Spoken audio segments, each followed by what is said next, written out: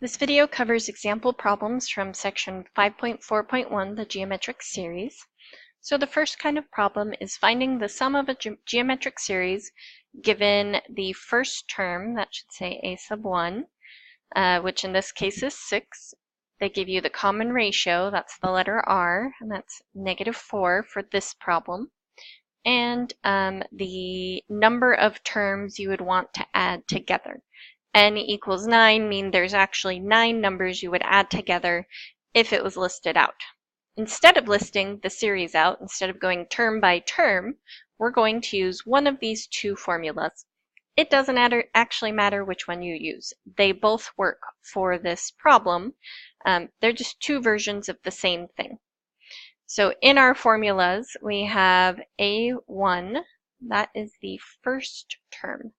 The 1 doesn't mean to do anything mathematically, it's just indicating this is the first term of the series. So depending on which formula you use, you're either going to use A1 twice or A1 just one time. And we know that A1 is the number 6, so we will replace those with the value of 6. R is our common ratio, which is -4 in this case. It's going to go in two spots no matter which formula you use. And then N is our 9. That only goes in one spot no matter which formula you use. So we go in and we replace with the actual values of the numbers. A1 is 6 minus A1 again is 6. R is the common ratio. We're going to use a -4. I almost always put any negative numbers I replace in parentheses. If we don't, especially since it's negative, we might end up with the incorrect answer when we raise it to the 9th power. We replace the letter N with 9 over 1 minus and parenthesis -4 again. So to get our sum, we need to plug this into a calculator. You could go step by step using order of operations, or you could plug the entire thing in at once. If you go step by step, the top row is different than the bottom row. We're going to do order of operations on top, then order of operations on the bottom. So order of operations says do exponents first. I'm using the Desmos scientific calculator, which you can just Google to bring up. We go parenthesis -4. There's no negative symbol, so you use subtraction when it's negative on this calculator. To the, and then to make an exponent, we do AB 9. So this is doing it all separately. We're going to have 6 minus 6 times -262,144. Still over our 1 minus -4. So next in our order of operations, we do multiplication. There are parentheses, but in this case, they just mean multiply. There's no math to do inside of them. So -6 times -262,144. On this calculator, you can go to a second line so that you can still see your previous answers. -262,144 gives us 157,2864. So 1,572,864. Now notice it's positive. We did this negative sign and this one, so we go plus 157. Since we used that negative, we go with whatever the sign of the answer is. 2864 all over 1 minus -4. Now we can add the top together, and we'll do the bottom at the same time. We're going to do 6 plus. Now sometimes I get lazy, and instead of typing the whole number in again, this calculator has an answer button. It will take the previous answer, so it's not going to go back 2, it'll go one row up immediately, and adds them together. 870 over 1 minus parenthesis -4, and parenthesis is 5. And now we can divide. This time, since the big answer is 2 rows up, I am going to have to type it in. 1,572,870 divided by. You can use the divide button or the fraction button. They end up doing the same thing because fractions and division are the same thing. So we divide by 5, and our final answer is 314,574. So this is the sum of that series. You could also, again, have just taken this whole thing and plugged the entire thing into the calculator at once.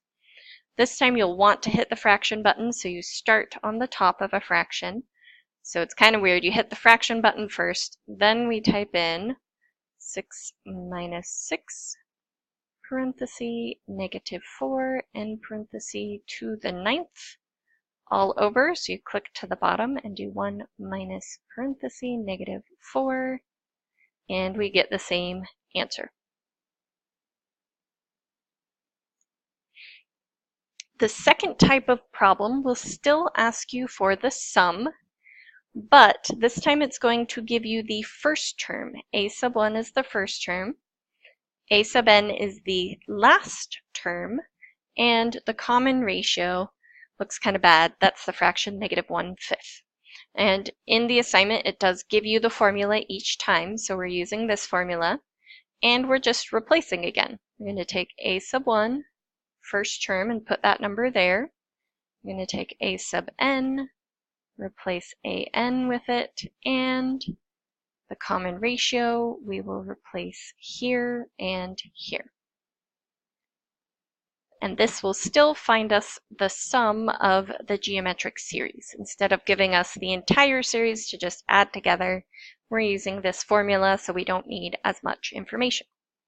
So replace a1 with 15,625 minus an is negative, so I'm going to use parentheses again, times r is also negative, so times negative 1/5, all over 1 minus r, 1 minus negative 1/5. So we can still actually enter this whole thing into the calculator depending on what kind of calculator you're using. The Desmos Scientific will allow you to type it in all at once. 15625 minus parenthesis negative 5 and parenthesis, new parenthesis, fraction. So now we have a fraction on top of a fraction, negative 1/5. And we can end the parenthesis, and then we do 1 minus parenthesis negative 1 divided by 5. In parenthesis again, and it tells us our answer is 13,020. If you don't like using fractions, they make it really difficult for you when you're looking at the problem, type in the fraction first and use the decimal instead. Use negative 0.2 in each spot, and then you don't have to worry about a fraction over a fraction. The last type of problem is asking you to find the first term instead of the sum. Those other two wanted you to find the sum of the entire series. This one's going to give you the sum, and you find the first term. So we're going back to our original formula. Although even though in our original formula we had 2 options, it's much easier for us if we use this second option only on this type of problem. So we're only, oh, wrong page, let me go back to, nope, that's right. So we're only going to focus on this one, even though technically we could use the other version as well. So we're trying to find a1, and we're given the sum.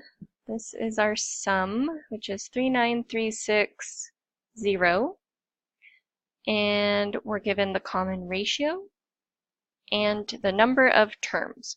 Now you'll notice it's listed n equals 8, but they also have the 8 here. S sub 8 means the sum for 8 terms, and n represents the number of terms, so you could have also looked at this and figured out, oh, n is 8. So we replace, this time we replace the sum over here 39360. We do not know A1. We're going to leave that there. 1 minus r to the n. So 3 is r, n is 8. Since they're both positive, I'm not going to worry about any extra parentheses this time. And then 1 minus 3. So what we want to do is simplify everything over here. This time we're going to have to actually solve the equation. On the other ones, we just simplified down to one number and we were done. This one we're going to have to get a alone, which involves some solving. So 39360, I'm going to do the top of the fraction first, 1 minus 3 to the 8, which is negative 6560. And then on the bottom, 1 minus 3 is negative 2. I'm going to check and see if these can divide. Even if I get a decimal, that's fine. If they can divide, then that leaves us with one number multiplied by A1, which will be good for us to solve. Negative 6560 divided by, and I messed up, so I'm going to click back and put the, oops, got to make sure you're on the top of the fraction. And we're dividing by negative 2.